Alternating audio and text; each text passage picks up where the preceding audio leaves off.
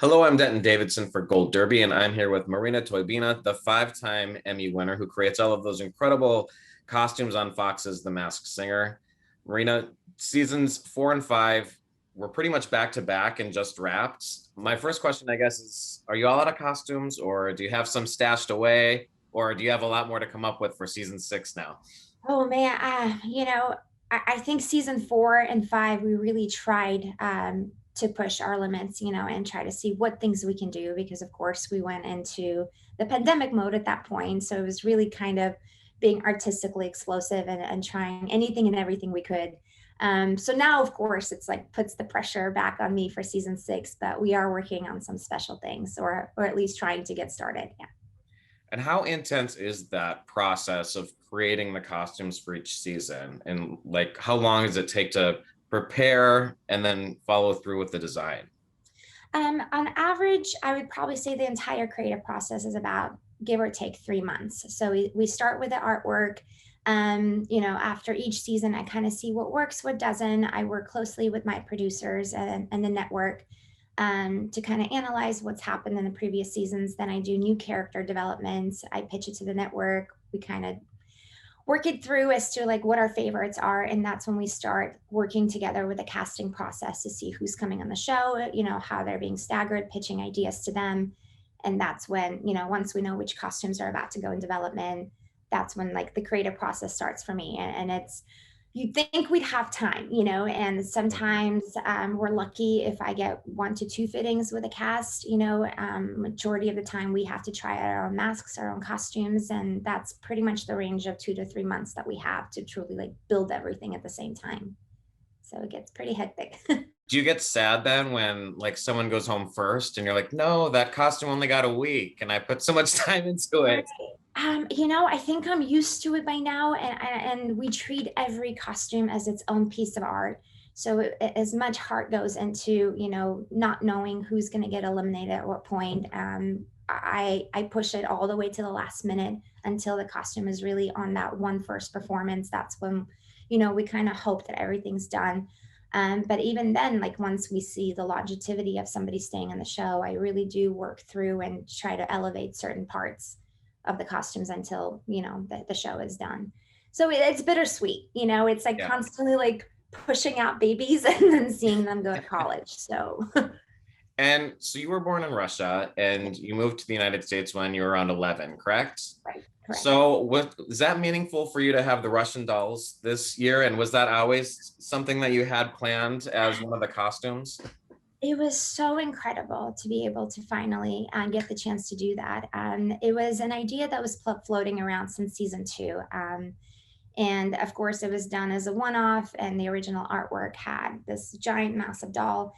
And then with the proper casting and having the Hanson brothers on the show, it was like finally such a right moment for us to do something that we could, really play on the idea of the nesting doll and kind of figure out ways how to detour the audience, create an extra doll, and very significant and special to me. And the boys were so incredible to work, with me on this, and just had so much fun doing so. And it, being able to bring something culturally across our stage was just a wonderful thing to do, and it's a great art piece, and we were able to really deliver it with our execution. And I'm seeing that the dolls are like viral. It's like every country has found it to be something so special. So it's wonderful to see that we were able to do that. That was fun to see on the show too, just confusing the panel and the viewers. We didn't know how many were in there ever at any one time. And they did such a great job because it's like, yeah, the builds of them were slightly limited. It wasn't something that I could dress up, the dolls, although we tried, to really strategically do some fun things throughout their performances. But I mean, they were just such a wonderful like group to like be able to experience this with, and very meaningful to me. And the boys knew that, so it's like became even more of a collaboration.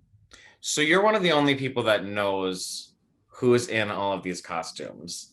Um, do you meet with them individually first and sort of give them a few options, or do you say, this is what I'm thinking for you? Or how does that process work of choosing the Um, costume for each singer?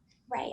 Every time it's different. It's like once we know the casting and I'm aware who's coming on the show, I get the opportunity to have a welcome call with them. And that's when we usually pitch the artwork and share ideas. And I do my own research prior to who we're having a conversation with. Would this work for them? Is this something that I need to think outside the box? And we've had many exchange kind of collaborations where they look at the artwork and they're like, there's something else that I really either want to add to this, or there's something else I was thinking about. What do you think of exploring that idea? So I've had moments where I went back to the drawing board, started based off their inspiration and then pitched an idea back to them. So it really does vary. 90% of the time I've been very lucky to where they love the creativity and the artwork right away and the concepts. And then we start building. And other times it takes a little bit longer to get us to that perfect place. Has there anyone ever been a time where people are fighting for the same costume?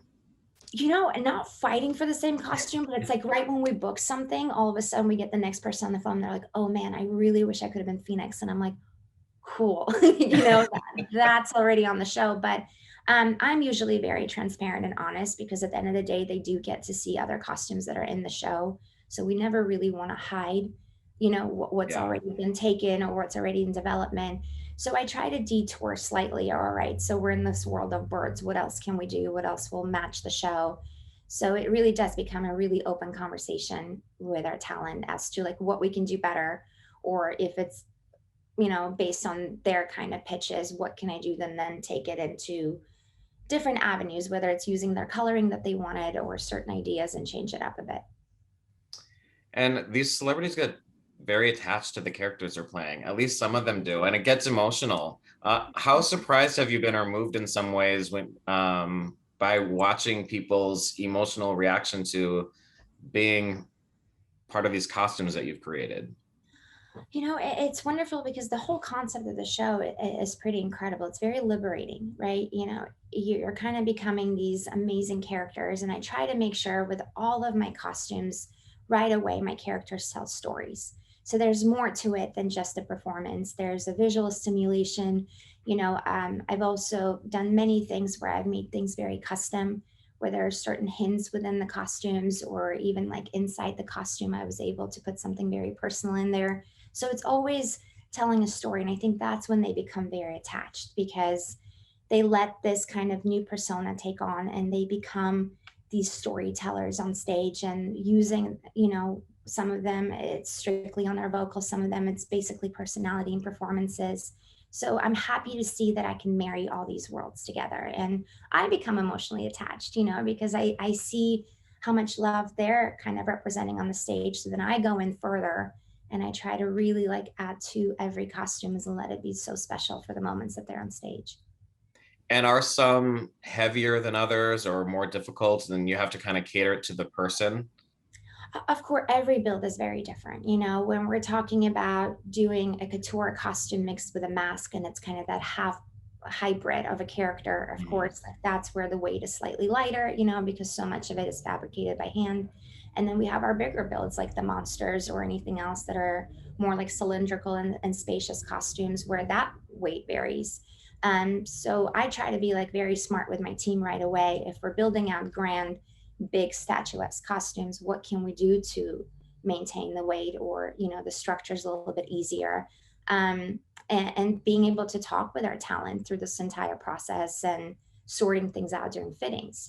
There's many times we've gone through and adjusted things, whether it's tweaking the masks or tweaking the weight inside, removing some parts, adding airflow, adding fans inside costumes. So we really do work together on figuring out how to make that work. But every costume is very different. Was it surprising to see Omarion rollerblading in his Yeti costume?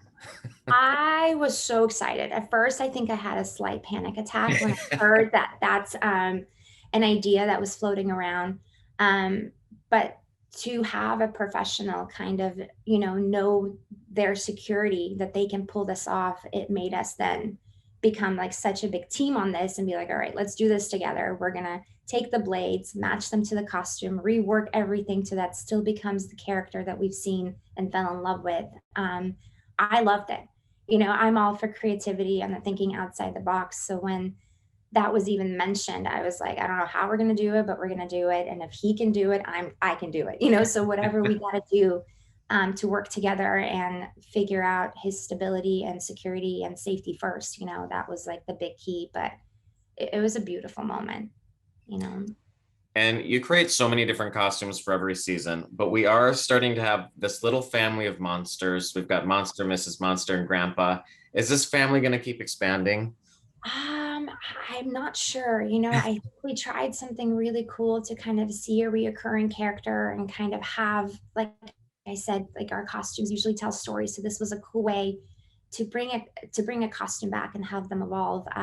I would love to see baby monsters and grandma monster at some point. So we'll just keep seeing, and it all depends who's going into these costumes. I think us having that diversity within wearing almost like a reoccurring character has been very great to see, who's been in them. And you've won 5 Emmys, and I just want to note they've all been for different things. So you had the X Factor, the 55th Annual Grammy Awards, So You Think You Can Dance, Katy Perry's Super Bowl, and then last year for The Masked Singer. So how incredible has this run been for you over the last 10 years, and has it sunk in yet now that it's sort of, you're almost 10 years away from winning your first Emmy now? Man, it's crazy because I feel like everything's always in the moment, right? So it's like it happens and then you're already on another job and you're moving forward and you're growing. I'm so like blessed, and so happy and so proud of my team because like I look at all these wins as us doing it as one amazingly creative department, and the people that I've had the opportunity to work with, I think that's been like the highlight of my career. It's like what we've learned in the past 10 years has been so incredible. And it just shows our evolution, not just mine, but you're only, as strong as your team. And it's been pretty incredible, and sometimes like I often like forget, like what the experiences have brought to the table. But I'm so lucky that we've been like recognized by our peers across the board, and because they have been all different things, I think that's what makes it so special for me, that it's like we can jump into different avenues and kind of like gear my career in such different directions, and at the same of the day we produce the same outcome, so it's like any challenge we're now welcoming on and be like, let's see what we can do bigger and better. Well, you're definitely on a run. Marina, congratulations on all of your success and good Thank you luck so much. this Emmy season for Thank seasons you. 4 and 5 of The Masked Singer. I'll encourage our viewers to head over to goldderby.com and make your predictions on the upcoming awards season. And Marina, Thank thanks you. again, once Thank you again so for much. joining us. Oh, thank you so much for your time and having me. It was a blast.